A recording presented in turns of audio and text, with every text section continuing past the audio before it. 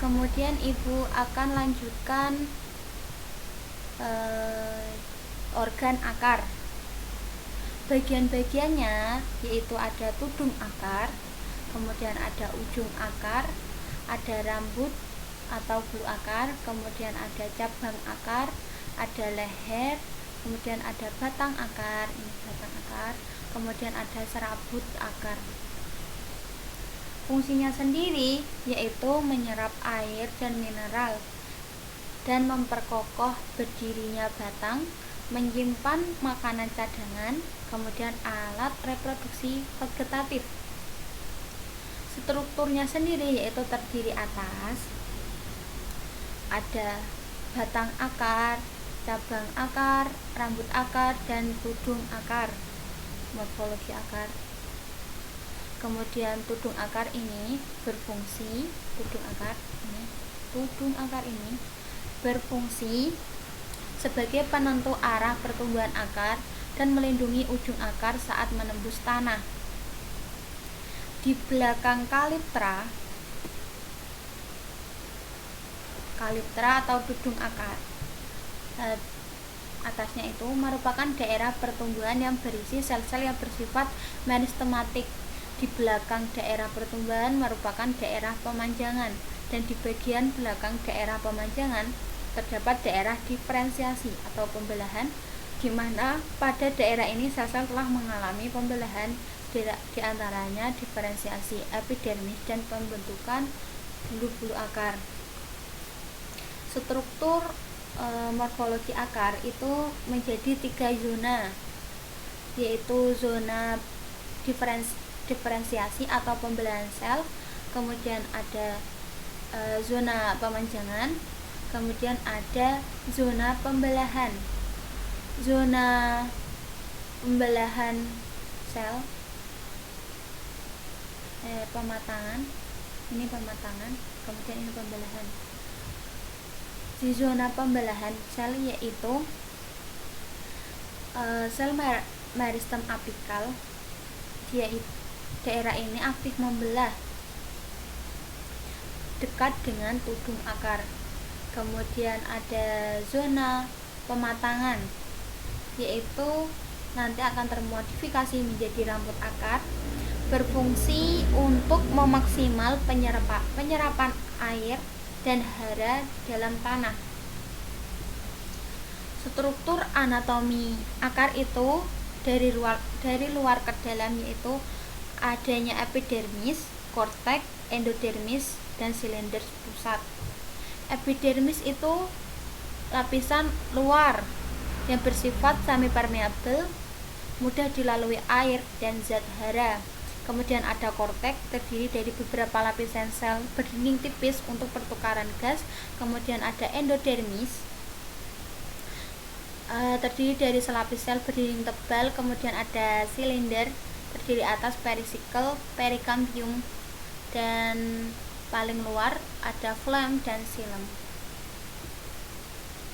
Struktur anatominya sendiri, jika kita mengamati di dalam mikroskop, itu kita akan menemukan di keduanya itu ada epidermis, kemudian ada korteks persamaannya, kemudian ada endodermis, ada perisikkel, ada xilem, ada phloem, kemudian di tumbuhan dikotil itu ada kambium. Di tumbuhan monokotil kan tidak ada. Kemudian ada phloem sekunder dan phloem primer.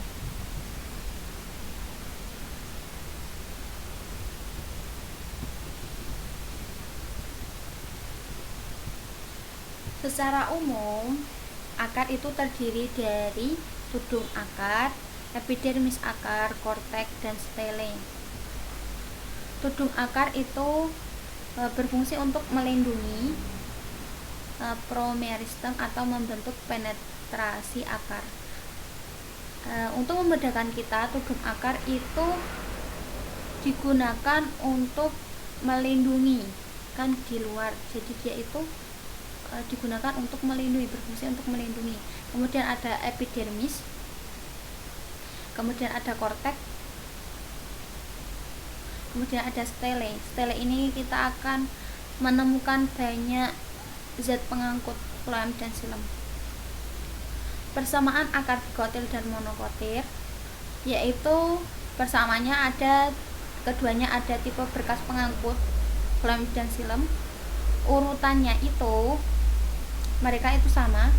Jika diamati dari luar ke dalam itu dimulai dari adanya epidermis, kortek, endodermis, perisikkel, floem, silem, dan empelur. Kemudian ada stele atau silinder pusat, itu dimulai dari perisikkel, floem, silem, dan empelur. Perbedaannya yaitu akar dikotil dan monokotil itu sistem perakarnya serabut, monokotil itu serabut, dikotil itu tunggang.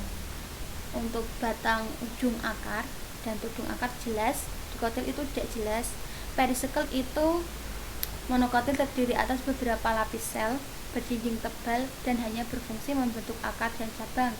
Kemudian dikotil terdiri atas lapis sel berdinding tebal berfungsi untuk akar cabang dan kambium gabus. Berkas pengangkut yaitu berselingan membentuk lingkaran di monokotil. Nah, dikotil itu silem membentuk seperti bintang di pusat akar dan dikelilingi oleh floem. Jumlah lengan protosilem yaitu terdiri dari 12, hanya berjumlah 2-6. Kambium itu di monokotil tidak ada, di dikotil itu ada, sama kayak batang tadi.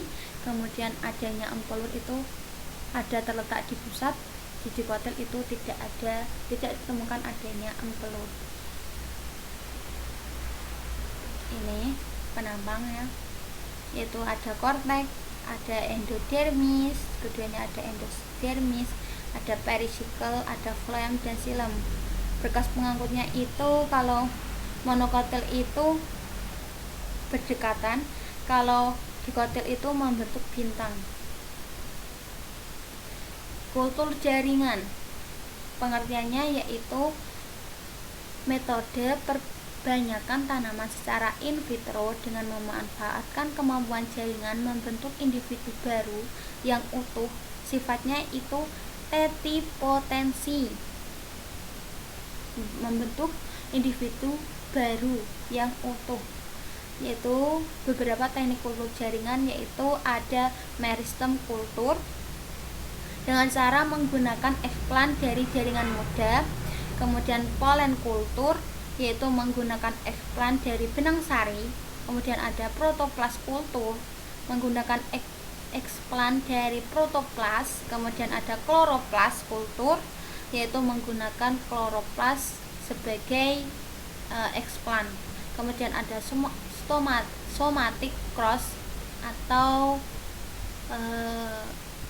menyilangkan dua macam protoplas kemudian dibudidayakan hingga menjadi tanaman kecil yang mempunyai sifat baru. Langkah-langkah kultur jaringan yaitu menyiapkan media yang terdiri atas campuran garam, mineral berisi unsur makro dan mikro, asam amino, vitamin, gula, serta hormon tumbuhan dapat dengan perbandingan tertentu. Kemudian menyiapkan eksplan, menanam eksplan, kemudian setelah terbentuk calon tumbuhan akar tadi tunas akan dipindahkan ke media tanah yang nantinya akan tumbuh menjadi tanaman dewasa. Gangguan pada kultur jaringan yaitu terkontaminasi oleh bakteri, jamur, virus yang nantinya dia akan menyebabkan kematian.